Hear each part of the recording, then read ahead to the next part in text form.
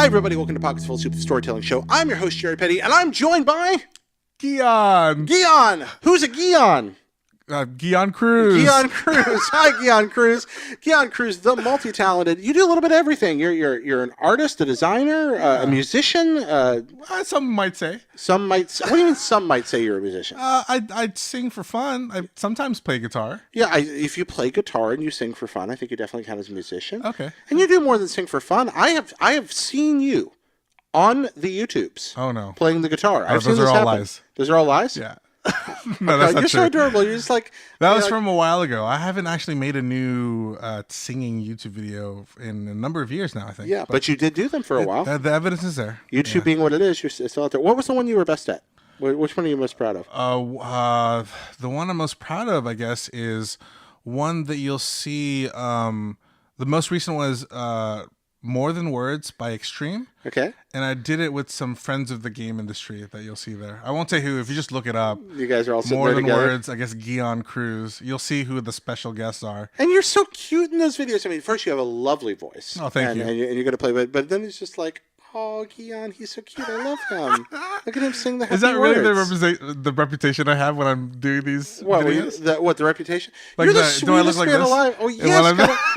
It's always like I'm Gian, and here I am, and I'm lovely and full of peace and joy, and here I am with my adorable family. Oh man! And I love them so much, and I love all of you so much, and you are great. You remind me of the guy that came into, like, do you remember, like, in school there was the guy that would come in and he had like the lizard on his arm and the falcon, and sure, he would come in and talk for an hour. I can imagine or that. then there'd be the guy that would come in and he would like clog and you'd be forced to sit through it. Okay. But then there was like the guy that came in and was funny and amicable and played guitar and sang songs about underwear that made the elementary school kids laugh. That sounds pretty cool. That seems is like that me? you. That's okay, you. That's yeah, cool. that is you at heart, man. All right. Well, I'm I'll take describing that. you. Maybe you should describe it because I'm the one talking. Yeah, No, I guess the thing I don't expect is people think I'm like cute and like I don't imagine myself doing this. No? Yes, no. You're so adorable. But also like I'm leading a design team now at IGN, and so like I need to get away from this look and be more like I'm authoritative. Firm? Nonsense. Firm but friendly. How about that? Firm but friendly works. Well, you are always friendly, and you're plenty firm too. I mean, you're firm, but you work out. Firm like this. You show the firm off. It's too squishy. Is it too squishy? It's too squishy. Oh, these don't tell me about squishy. No, Look at this. I'm hiding it. Oh, look, come on. No, I understand. We're gonna drum together here. No, maybe. I get a little better tone out of it. So I guess the reason why I haven't done the music YouTube stuff is because I've actually been trying to focus more on being healthy, and I tried to, in a way, pivot the stuff that I was doing on YouTube to be more about like, well, here's what I'm trying to do when I still love playing video games, but I'm trying to also be, more fit and muscular. Oh, okay. So you're trying to find a way to make time in your life to do this thing, Yeah, prioritize it, or is this like about sharing something with other people? I think it's also like I've always been inspired by like a lot of transformation stories when people go from like very fat to very fit, and I always put myself in that category, like the former category, in the sense of like I've always wanted to have a very like athletic and muscular kind of body, but I've never actually had that, and I've never just put enough motivation in myself to do it. And I think the hope with the YouTube stuff was that I was going to force myself to document the process. How's it working out? Not great. No, I've documented a lot of stuff, but I realize when it comes to YouTube, editing videos is so hard. Okay. That like I have like 6 different videos in the can, and in the can recorded, I should say, and then I haven't edited any of them. It's a lot of work. Yeah, and so I only published like 2 to 3 videos about me getting more fit, and I'm still on my way there. It's still in progress, but I've only published like a few. So the publishing hasn't worked out, but what about the fitness? How's that going? Okay, pretty decent. I'm trying new things here and there. I was at my heaviest about 6 months ago, and that was a little depressing for me. And again, like a lot of this is almost like the ebb and flow of it. Sometimes you're at your peak, sometimes you're at your worst. But to be able to adapt to that kind of stuff, I think is really important. And I was hoping to be able to tell that kind of story with the YouTube stuff. But once the videos get edited, I guess you'll be able to see that story. You mentioned getting depressed a few months ago, being at your heaviest. I've gained a ton of weight recently. I go up and down. I had lost a great deal of weight. and I've gained a portion of it back, and it's been very frustrating. I know the And feeling. I gained that weight because of decisions I made. Hmm. So I'm responsible for it, but it does at the same time, it can be very, very frustrating. What do you do as somebody who's trying to consistently motivate yourself through a program of physical self-improvement for a better life? What do you do in those low moments, Gian? The low moments, I think, one is if I just handle it myself, I usually am my like own worst person, and I'll just eat my feelings, you know. And so it'll just get worse if I'm not handling it correctly. But the best thing I think to have in your lowest moments is to have like good friends around you, supportive people around you, and then they'll be able to keep you in check. Just You friends know? that are aware of your situation specifically, Yeah, or or friends who have been there. You know, yeah. my friend Justin at work, he wasn't fat or anything, but he's definitely gotten more muscular and fit over the years, and so he can relate to what it's like to calorie count and things like that. Our friend Brian, he went from heavy to very skinny, and he's very fit now, and he's almost. I see him as an inspiration to me, seeing like if he can do it, I know I can do it too. Yeah, You know? Altano has physically Yeah. transformed over the So last two year. Brian's actually, Brian Altano and also Brian Albert. Oh, you're talking about Balbert. Yeah, yeah. Oh, yeah, Brian Albert. Now, Brian Albert has not yet graced Pockets Full of Soup, but he Oh, I will. see. Balbert Yeah. is one of my.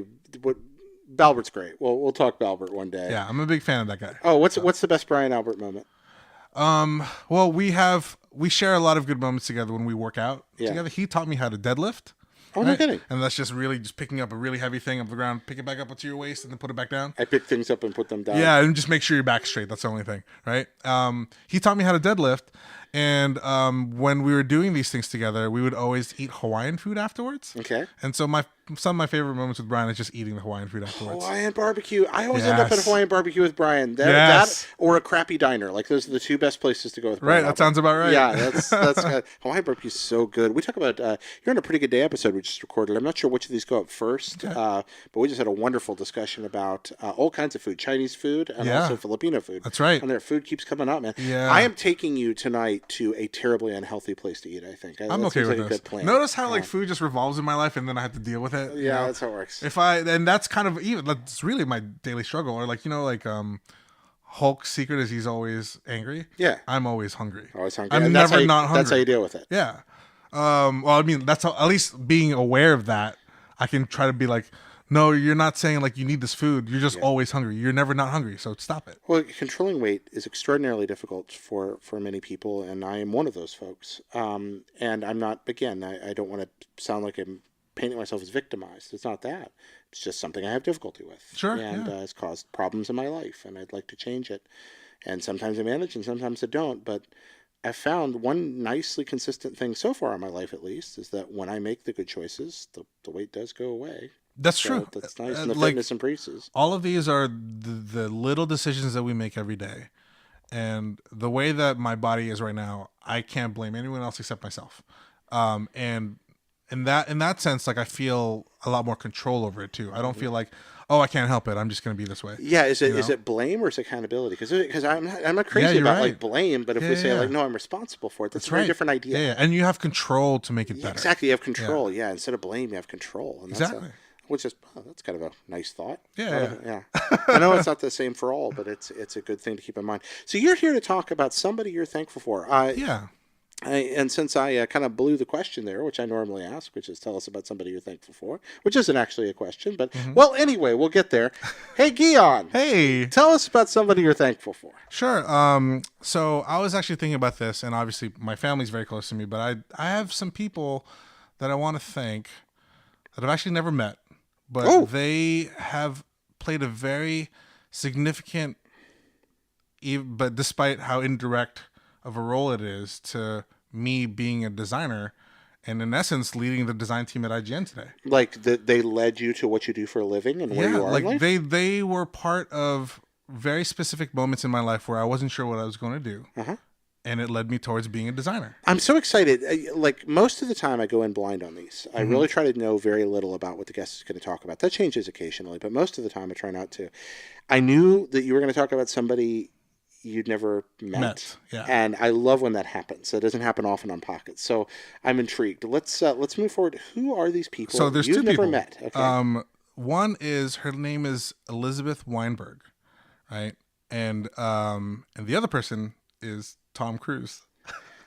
Elizabeth Weinberg and the Tom Cruise. It is actually the Tom Cruise, and I'll explain why. But it's just, The Tom Cruise, the Tom Cruise of Risky Business fame. this is true. Yeah. Okay, That guy. it's the best Tom Cruise movie. Oh, Jerry Maguire.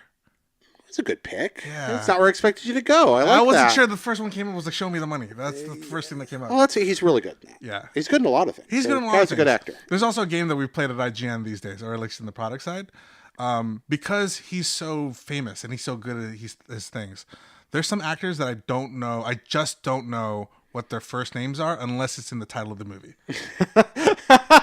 like what's Actors Tom or characters? So like what characters? Like what's okay. Tom Cruise's name in The Mummy, or like like give a famous, I didn't see or it. even like Risky Business. What's his name in that? Oh, I have no idea. Yeah, it's just Tom Cruise. Underpants Kid. Yeah, Tom Cruise. So I only know them as just Tom Cruise. I don't know the characters unless it's actually Jerry Maguire is in the name. That works. So if you have the title of the movie, you're good. So Bridget Jones' Diary, you're covered. Yes. But other than that, You don't know. Don't know who these characters so are. usually a good bet is either Jack or Brad. well, that's what's. Have you ever watched the really old Honest Trailers video about Game of Thrones seasons 1 through 3? I don't think I have. Oh, you have to. It's great. They have this running gag, or like the last 90 seconds of the video, where they just start showing you the faces of characters. And they're like, you don't know who this guy's name is, do you? That's And exactly it. and there's dozens. They just keep, and they have nicknames for all of them. They're like, this is how you think of them, Right, But you right. don't know their name. Exactly. And it's great. You can do they, that with they call one of the guys practically- Lord Friendzone, which is my favorite. What's the guy that's in love with Danny? Man. But Lord Friendzone, they call him. I love that. Yeah, like you'll come up with nicknames for them, or you just know them by the actor's name. Like practically every action star that you know, you're not going to know any of their character But names. you know Tom Cruise. Yes, I do. And I do have some. I have to thank him. In the part But of the not just story. Tom Cruise. The other. Who's this other? So person? Elizabeth Weinberg is. I learned that she has turned into a very successful photographer. Oh, She shoots for like different magazines, different advertising outlets. She shoots like musicians and actors as well. okay.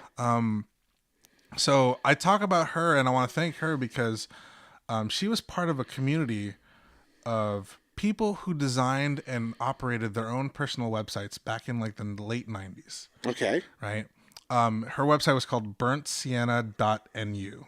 BertSienna.nu. What is .nu? It was basically like a free or like an easy to access domain that wasn't .com or wasn't .net. Is it one of the international domains, or do you know? It must have been. I'm actually not sure what it was, but I was very aware that it was cheaper to get that than it would be to get a .com. Maybe it's .nassau or .netherlands. I don't know. Or, who knows? I don't actually know. But yeah, a lot of those are like that. So she had Burnt Sienna. burntsienna.nu. Now, That's the burnt first time I sienna's a learned color, of that. Yeah, right? this is the first time I learned of that color because it was just like part of the personal website like group of people. So how did you stumble onto her work? So so I should probably bring it back towards like basically my first encounter with the internet, you know? Like, hey, a 14.4 BPS modem. Let's go look at yahoo.com. Right? Okay. And like look at the stuff and like That's how you find the stuff yes. And on the Yahoo. And I discovered Alta Vista. Angel Fire and GeoCities. Yeah, Angel Fire, GeoCities. Do you remember the third rung of the Holy Trinity back then? Angel Fire, GeoCities, Tripod. There we go. They were, and what bound all these together was they were all like personal website domains. I Yeah, don't know. they were free. Yeah, they're all free. And basically, I asked my dad like about websites, and like I was like, "Can I make my own website?" He's like, "Yeah." And then he found me a book in his office, which was like Learn How to Do HTML. Yeah. And I was like, great. And then I read that book, like, and I was in middle school at the time. Yeah. And I ate that up like it was the next big novel or something. You and I did the same thing. Really? Yeah, no kidding. Like I man. bought a book. I was coding a notepad. Like Yes, Notepad. Not coding. Pardon me. Just scripting. Tagging, Sure. Or like but, HTML was just what you markup. did to then you upload those pages to Angel Fire or GeoCities, Yeah. and then you knew what to do. Oh my gosh. So and why would people do this back before Facebook? Yeah, there was no Facebook back then. There's no Twitter. Yeah. No social things. This is how you express yourself on the internet. This right? is how you made a presence on the internet. Yeah. Yeah.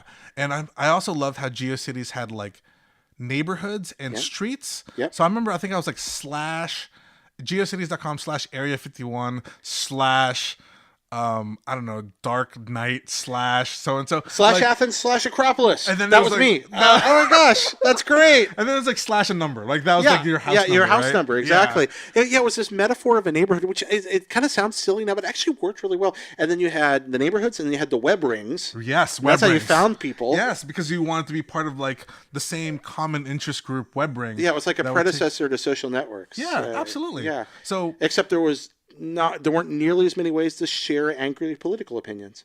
this is true. It was actually a much more peaceful place. My first website was so simple. It had a counter on it. Okay. So it had people, like it counted page views, which my counter never went past 100. Yeah. Right.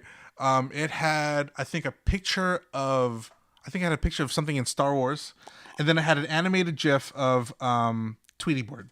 Oh, that's so good. Yeah, and then I had an under construction thing because I didn't know what else to put. Yeah, but that was your site. And were you inspired by this person to do this, So- or did you have your Tweety Bird and your counter? Well, that's where it all started. How did right? it happen? Okay, so you got that's where three everything ways- started. GeoCities Angel Fire. It must have felt amazing. Like you're creating something. You're making Absolutely. it, and people. and can you're find connected it. with people who are also making other things. Yeah. Making their own pages, and like this is literally anyone in the world could be doing this, right? Yeah. You don't know like almost like who your neighbor is in GeoCities. Your address, your neighborhood, your street sign / a different number is someone else's home, right? There was this period, like a few years, when nobody figured out how to make money with it yet. Yeah. When it was, for the first time in the history of the world, we could do this. It's just And it free was space just- on the internet. Yeah, and people were just trying stuff. And here's the thing: I miss it. you had to make something though. You had to learn how to make something did, before yeah. you did. Yeah, you did. So in the learning how to make something, I also discovered that when I made these pages, there was eventually a group that graduated to become like more of the designer type, web designers Mm-hmm. basically. Instead of going to GeoCities or AngelFire, they decided to buy their own domain name. And it could be whatever you want, right? Right. As long as you have the money to. It could be have it. GianCruz.com. Could be. It could be JaredPetty.com. It could be PocketsFullOfSoup.com. This is true. And I'm pretty sure Elizabeth went with .nu mostly because when you're one of those designer types or one of these people, you don't want a .com or .net. 'Cause that's like an official company one, right? You got to get noticed. You don't want to shill yourself also. Like this is a personal website. This is about personal expression. How did you find Elizabeth Sienna? Must have been one of those web rings. Like it's like so web rings was like like you click for a different so either a random one or just a different one down the line. It's just going through a mailing list and encountering the next home. Yeah, they right? were thematic. Like, so was she on an art list or designer list? Must have been. I don't Okay. remember how I stumbled upon it, but I remember seeing that domain and I was like, "This is cool. I'm gonna bookmark it." And then I also discovered that for people who were making these websites on their own, they would install their own software. Like they put their own version of a blogging thing there, Yeah. and they would build all these pages themselves. They would design all of these things. That's how I learned how to do Photoshop and stuff, right? And then they also had these links of friends, basically. Okay. I'm pretty sure they've never met, but basically of these people whose other pages they like, right? And that led me to You'd discover have the shout outs on there, and that's exactly. And like, there's this group of people back in basically the late '90s that I was like, man, I want to be like these people. And I'm sure they were probably older, or maybe they're even the same age, but they could design in the way that I couldn't. All I knew was how to paste Tweety Bird into my Angel Fire page. So I put it upon myself to learn how to do web design and learn how to do Photoshop, learn how to do HTML. And this is at a time when the tools were fairly primitive compared to what we have today. Yeah, or, fairly primitive. And were you doing this with frames at that point, or yes, or- frames were a thing, tables were a thing. Yeah. This is all HTML jargon stuff. CSS was not a thing. Right. And that's kind of the main difference. And in doing so, this is really my first steps towards realizing that I want to be a web designer. Mm-hmm. Right. What was on Bert Sienna? Her personal blog, and of to no significance. It was like, oh, I had a test today. Was it called a blog, by the way? I'm pretty sure it was a blog. I'm wondering. Because I feel like there are some blogging platforms that you could install. Yeah. So blogger.com you could actually install into, like, there's code that you can do a snippet of, and then you put that on your personal website. Yeah. Gray Matter, I think, is another software that you can install onto your website. It's all Yeah, I remember crazy stuff. When I was in college, one of the guys I worked in the computer services department with had a chat friendship with one of the people at Pyro Studios that was developing Blogger. Oh, So interesting. he kept talking about this. He's like, it's called a blog. And I'm like, what's a blog? And he's like, no, it's like, all you have to do is type the words. So I was like, well, I can do that with HTML. Right. I was like, what's the big deal? And of course, how wrong was I? Right. But, Yeah. so, The big deal was like, there was a place where you can actually manage all this exactly. stuff now. That was amazing. Not just like it's like saying, I hey, didn't get it. Hey, there's a way to publish stuff on websites with a CMS, and then there's also like update Word document every day. Yeah, I have never been more wrong. So you would go to Bertiana, you saw that, but you looked to her design as an inspiration? Yeah, there was basically that website introduced me to basically a whole bunch of others that inspired me to be better at that stuff. And everyone had their own approach. Everyone had their own design aesthetic. Everyone had their own color choices, and that's representative of them. That's their version of, here's basically like my digital self-portrait. Wow. I decided to choose burnt sienna. I decided to call my website so-and-so. There's another website called carbonatedjazz.com. And I was like, ooh, what is that? What's carbonated jazz? I don't even know what that means, but it's really cool. I love it. I love that you said digital self-portrait. Yeah, I think that's what it is. So what was yours? What did yours become? Mine eventually evolved. I have a number of things. And you can find these websites, these things I'm talking about. Go to archive.org. Yeah. You can find these old websites. I wonder, what's it like? I assume bertsienna.nu doesn't exist anymore. No, it doesn't exist but it's anymore. on archive. Yeah, and I think she has her own, like, elizabethweinberg.com now. Have you guys ever communicated? Never. In any ways? Never. I feel, not that I feel awkward about thanking her, but I just feel like, oh, this is a perfect opportunity to do that, basically. Hi, Elizabeth Weinberg. Hi. You don't know me, but, you inspired me to be a thing, a designer. And it shaped the entire course of your life. Because you've been a designer. You've been you made a comic book. I did. I made a comic book once. You made a comic book. You've designed mobile games. You have been a designer for a website. You worked at AOL for a long time. I did. I designed AIM, which is crazy. Yeah, you helped design AIM. You're designing all kinds of products now. I think I realized, like, I like to make stuff, even the YouTube videos. I like to make stuff. Yeah. And really, the design part of it is I love, like, either the beauty of simplicity or just the aesthetic pleasure that you get out of looking at something that just feels right or feels cool, And that all started within those, like, personal websites that existed back then. I think that's fantastic, Gian. And I love the passion you show for it. It's really cool that you can trace that to that person and that point. It was mostly because I thought about this question. I was like, who do I really have to thank about my web design or designer career? It's those websites back then. And really, it's like Angel Fire and stuff, but really, like, it evolved into that, into these new things. So speaking of URLs that you can find if you want to look at my early old stuff. So there's two. You can look for guionworld.cjb.net. Okay. It was a free domain. I didn't buy it, clearly, right? It had advertisements on it. But the funny thing about that is, like, the center of my design is, like, the logo of Jamiroquai with the horns. I loved the band back then. I was like, I'm going to put this as part of my design. It's representative of me because I love Jamiroquai. I've had this thing stuck in my head recently. I don't know why, where I keep hearing Billy Joel and singing "We Didn't Start the Fire," and instead of singing "Bridge Over the River Kwai," he keeps singing "Bridge Over Jamiroquai," and I want Jamiroquai to jump out of the background of the flames there and start Jamiroquaiing. Like, I don't know why that's happening in my head. Anyway, that's amazing. What's the other one? The other one is the actual domain that I bought, and I was, like, very specific about how is this going to represent me or blah blah blah, and I went with soulgroove.com. Soul Groove. I hate it. It makes me cringe when I hear it, but soul-groove.com. Why does it make your soul cringe? I don't know. Like, it sounds really corny, but yeah, a little bit, but I like it anyway. You're on Pockets Full of Soup, the corniest show on the internet. I think it was mostly because, like, I have a love for music, and mostly within the realm of, like, R&B and soul music, and that's where the word soul really resonated with me. It's like, it's about me, it's about soul music, etc., right? And then groove really was like soul blank. That's what I was looking for, something soul blank. And I went with groove because I think I was trying to be a DJ at the time. Yeah. And so there's grooves and, like, of course, because you're also a musician. We haven't talked about that. You do YouTube videos where you sing adorable songs, right, and are sweet and beautiful and play instruments. So, tiny tidbit before that, before I picked up a guitar, yeah, right, I actually picked up 2 turntables and a microphone. Were you, in fact, where it's at? I wasn't where it's at because I was really bad at it. But basically, turntables and DJing was like, I want to be that. Because I saw, like, an old family friend of mine doing that, and I was like, I want to be that. Right. And I bought a bunch of equipment. Like, we're talking, like, thousands of dollars worth of equipment with my savings or, like, with my allowance or whatever. And then I was like, oh, I'm bad at this. I don't want to do this anymore. And then I Okay. sold it all back. And then my friends, as a graduation present, they gave me a guitar. And so there we went from there. And then then Do you I ever started have you ever playing gone back to trying DJing again? guitar. No, I haven't. No. Yeah, you're not gonna have a DJ off with I, Hatfield someday. but I really love that, like that stuff. It's Yeah. I love that stuff. It sounds fantastic. Yeah. I love it. And then now I just want to see like I want to imagine like you and Altano and Damon in a band, like or like Oh, wow. just all of you with individual turntables scratching. At That would the be same kinda time. cool, I want yeah. to see that happen. Oh, so I haven't talked about Tom Cruise No, yet. we were gonna get to Tom Cruise. Right, Don't worry. so- Okay, so So the first step was in my journey towards designing was Tom Cruise. Elizabeth Weinberg, right? So thank you, Elizabeth, for that.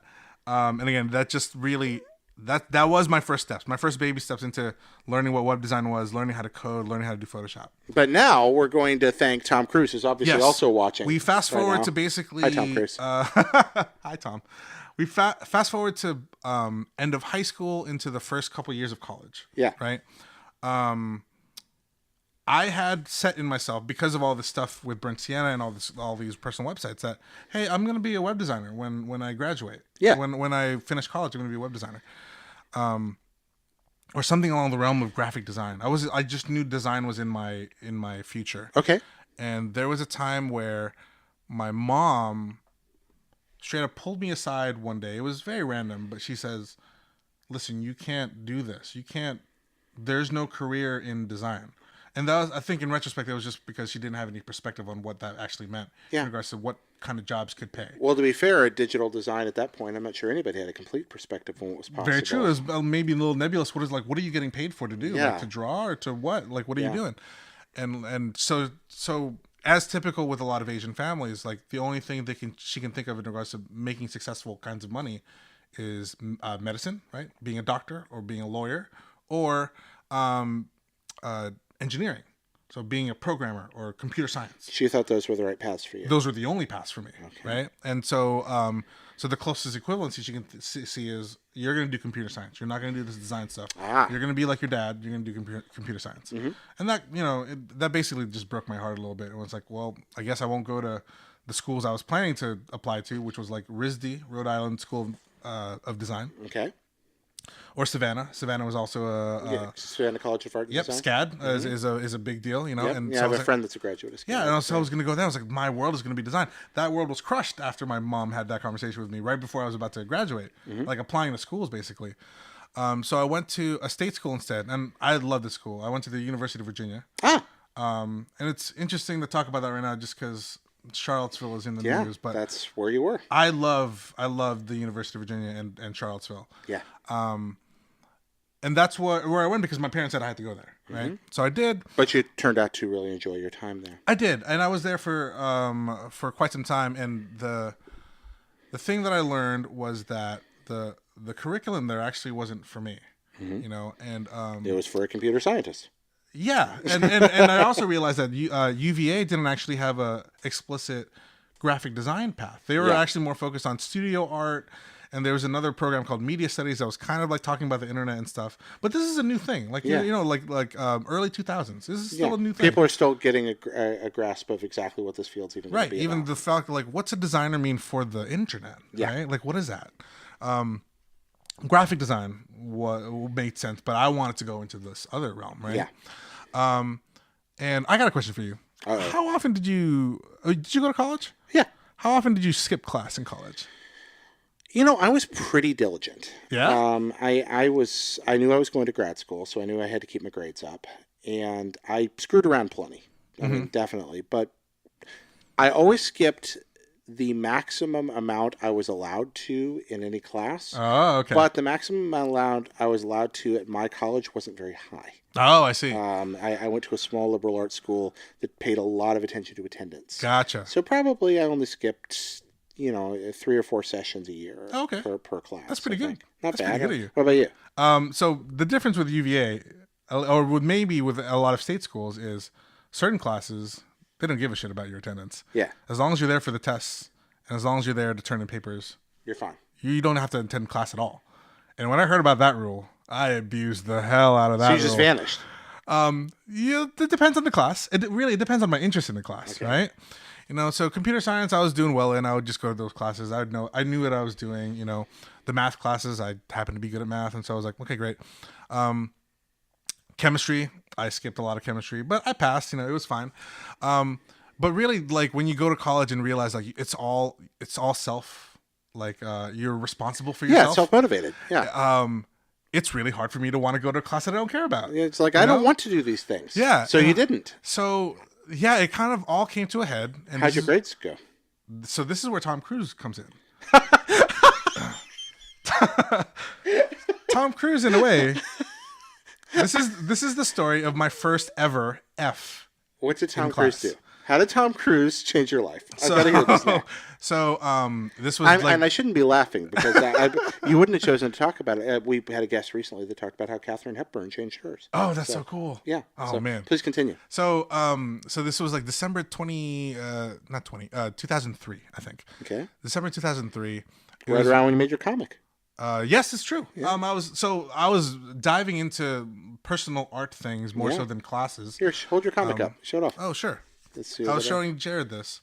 I made a comic back in college, and it's black and white. The drawings are not great, but they're fine. They tell a story. And you made a comic. That's awesome. I've never made a comic. I was devoting time to this. I was not paying attention to my classes, and I was thinking about like, man, if only I went to RISD, if only I went to one of these other colleges that had had classes that I would be passionate about, right? Yeah. And in that semester, I took a history of Italian art class, I believe. So they went into like Renaissance period, into modern. I forget what it was. Were you interested in the topic? Not at all. Oh, okay. It was just I had to fulfill some liberal arts stuff, like I had to fulfill some credits, do this and this, and then maybe in 2 years you can do your interdisciplinary classes. So you're not passionate about Italian, and it's very far off campus, and you don't really know why you're doing this, and Tom Cruise has something to do with this. So yeah, Tom Cruise went into the story in a few hours in the morning of my final. So I crammed for the final, and I was driving to the building where I park and then take the class. And I was on the road looking at the building that I was going to park in and the class that I was going to take this final in, and I just asked myself, what if I just don't park and I'm just going to keep driving? And I decided to keep driving, knowing full well that if I don't take this test, I'm going to get an F. So you just decided right there? Yeah, I felt very numb when I did it. Was it like a depressed decision, you feel like? Or I think so. I felt like I was a little bit rock bottom. Okay. I don't know if that's an appropriate term, but it felt like every day I was waking up, and especially for this class, it was, this all seems pointless. What am I doing? Okay. Right? And so essentially that means, well, I just cut class for the umpteenth time, right? What am I going to do? I decided to go watch a movie. So you decided, I'm going to fail this course. Yep. I said, I'm about to fail a course. This is the first F I'm going to get. My parents are going to kill me. I'm just driving. What if I just keep driving? And so you go to see what movie? I went to go see The Last Samurai. Now, Tom Cruise, good actor. Yes. Ken Watanabe, wonderful in it. Tom Cruise, good performance in it, but maybe not Tom Cruise's finest motion picture. I don't think it's his best movie. I don't think that's a really good movie overall. But that was the movie that was available at the time. And so you went to see, so you cut your class, decided knowingly to fail the course, and went and saw The Last Samurai. Yeah, the intent wasn't to see The Last Samurai, but I think it was more like, I don't know what's going to happen with the rest of my life now that I'm going to get this F. It was more like, just everything else has happened, and I might as well watch The Last Samurai. I was like, I need it's actually, maybe it's weird to say from like an Asian student or an Asian family with high expectations, but like getting an F feels very traumatic. Did you feel like your family had a high expectation? Oh, absolutely. To get an F is like, why would you ever let this family down like this? And you felt like that was a cultural? Yeah, for sure. Or just part of the family, just high expectations. And like, all of this is supposed to be, we moved to the U.S. because you're going to have a good education. Yeah, do not fail us. Yeah, you explained that on our other show, On a Pretty Good Day, that your family emigrated to the United States so that me and my sisters could go to get a good college education. Yeah. And so I'm like, here I am. I'm fucking all that up. Here we go. I'm still driving. And so I think just to get my mind off of it, I was like, I have to do something. I have to go watch a movie or something. So Last Samurai. So it was The Last Samurai. I don't even know what other movie options that I had, but I went with The Last Samurai. You know what? I saw The Last Samurai in the theater as well. Okay, I also didn't know what the quality was going to be going in. Again, right? if Ken Watanabe is there, it's usually worth the trip, right? So I went for it, and in that movie, I don't know if I even remember watching the movie itself. I remember not enjoying it fully, but I was probably probably waterfalls at this point, like looking at the screen. I might have been by myself because it was like crying. It was a matinee movie. When you say waterfalls, yeah, waterfalls for sure. I was probably crying or probably sitting in a dark movie theater, absolutely eating my feelings right with the popcorn and stuff. Like 20-year-old Gian sitting there by himself. That's exactly what happened. And then as I'm watching this movie, basically, I asked myself like, why can't I be like those people on the screen? And what I mean by that is not the samurai stuff. It's like the people who are making this movie probably love what they're doing. They get to make movies. They're doing all this stuff. He's wearing a samurai costume. How amazing is that? Like, I basically got meta into watching this movie. I'm like, wow, think about all the people who worked on this film and must have pursued their passions in order to be able to make this film. And that really solidified to me. I'm like, what is my passion? Do I want to make movies? And the answer was, no, I don't want to make movies. But it was, I still want to pursue this thing in design or something around the arts, or, I know I can get paid in this. And so you're sitting in an empty movie theater, crying, eating popcorn, and going, wait a minute, all those guys are doing what they want.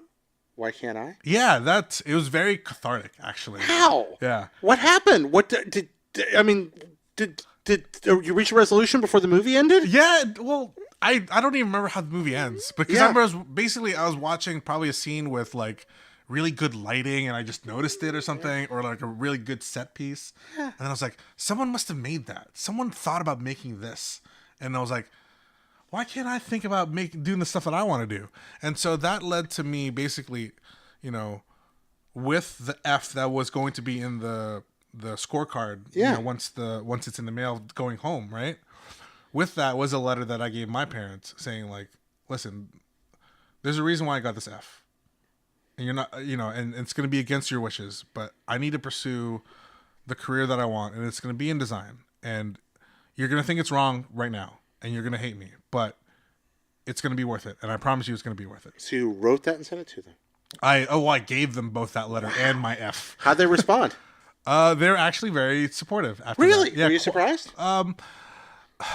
I was scared, but in retrospect, I guess I shouldn't be surprised that they still love me unconditionally and they're willing to support me.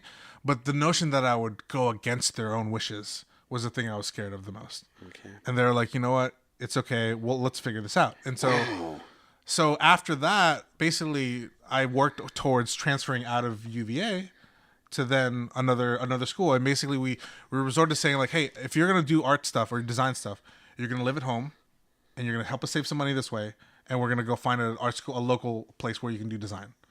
And that's what ended up happening.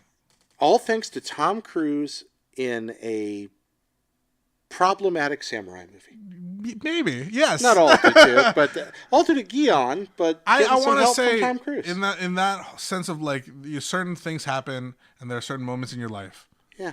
Tom Cruise's movie helped me realize that this is what I want to do. That makes me. That's awesome. Thanks, Tom Cruise. So thanks, Tom Cruise, and thanks once again to Elizabeth Weinberg. Yeah. BurnedSienna.nu. Elizabeth and Tom, thank both of you, and to parents, and to Gian, and to everybody who made something. That's awesome. I love that. Thank you for sharing that, Gian. Of course, man. It worked out, and now you're doing what you love. I do. I'm leading a design team. I'm making a bunch of money. I think the thing that really makes me the most proud is like when I show my parents and be like, hey, my first salary was more than like my older sister's salary. You'd be like, hey, look at this money that I'm making. Wait a minute. Are you showing your parents your pay stubs? No, I'm not. I mean, they know how much I make. They know, like, especially with the first job out of college. Do people tell their parents how much they make? You know what? I don't know. Are you a bad person, Gian? I don't think I am.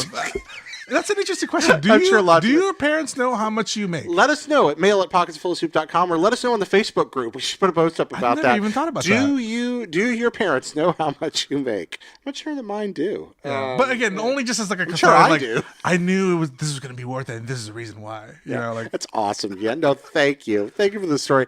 And I also want to thank, while we're thanking people, Nick Rie, Robert Nieder, our Patreon producers, whose generous support makes this show possible each and every week, as well as all of you who give on Patreon.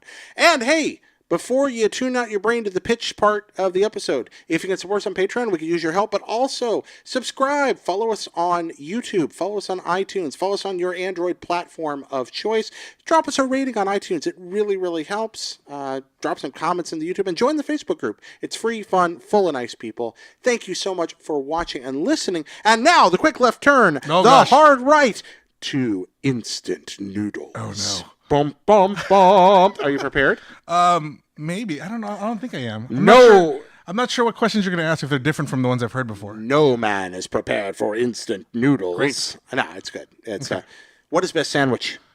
Best sandwich. Probably Philly cheesesteak.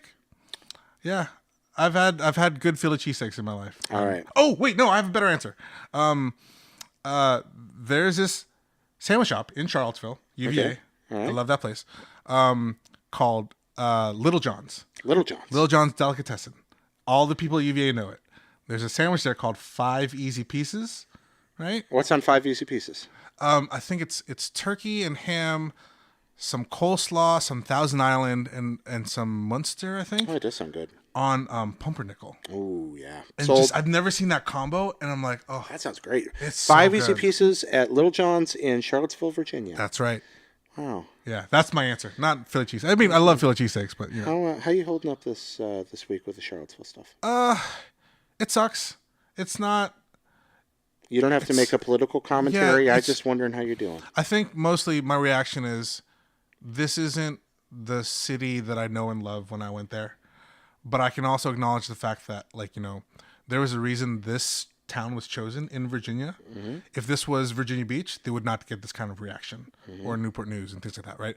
But Charlottesville still has some underlying tones of racism that I think made it feel okay for that group to get together there, and that's what really sucks about it. But in light of all of that, the stuff that happened in the week after, and the UVA community's reaction to that, I really did love to see. And that's the city that I know and love. So, what's the most terrifying creature in the natural world? oh, like it's spiders. I hate Is spiders. it spiders? Yeah, Like spiders. a really hairy tarantula. No thanks. Yep. Other than spider sharks, spiders are the worst. I mean, I'm okay with sharks. Sharks are spider cool. sharks. Oh, what? Okay, you haven't What? watched that. Yeah, there's a Panda Musk episode of Pockets where he drew spider sharks for us. Oh God. Yeah, they're 8-legged sharks that chase you down the beach and eat you. No. Yep, No. that's good. Nope. No thanks. Yeah, check out the. Yep, that's they're spider sharks. Yeah. If you could travel through time and meet any one person, who would it be? Anyone dead or alive? Yep, doesn't matter. Dead or alive. You got a time machine. You can go encounter one person anytime, any place. Who's it going to be? Oh, I got it. Yeah. I would go back in time and be in the same room that Lea Salonga auditioned for Miss Saigon. Really random. But do you know Miss Saigon?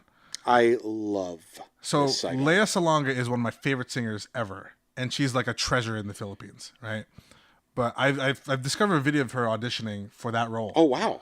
And I just want to be in the room where she sings it live. It's incredible. Yeah. Incredible. And she's just like this little girl who's auditioning to become like the next superstar. It's crazy. That's amazing. No, I haven't seen this video. Is it just on YouTube? It's on YouTube. If you look up, like, I guess Lea Salonga Miss Saigon audition, you can look that up. You know, we should do karaoke again sometime. Oh, absolutely. It's been too long. It's been too long. Yeah. Oh my gosh, yeah. That's one of the joys of living in the Bay Area is the availability of multiple karaoke places. Absolutely. Okay, we're doing this. We're doing it. Absolutely. Yay! Happy dance. Happy dance. I love it. I love it. I love it. All right. So yeah, we also got to do the lunch club again too. It's been too long. By all means, yeah. Let's do a lot more of that. Yeah, I miss you, man. I miss you too. Way It's too long. enough of you. I miss you too. Look at us here. We're like bonding here on the camera. If you like that. You're like, look at that. No, it's been way too. So I really love you again. You know what? I think we'll go with just a couple more questions here. What's your favorite word? Oh, man, my brain went straight to moist. That's great. But I hate moist. You hate moist? Yeah. But apparently it's your favorite word.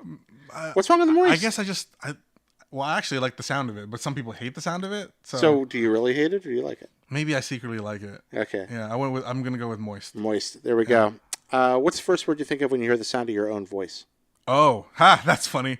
Phlegm. Phlegm. Mm-hmm.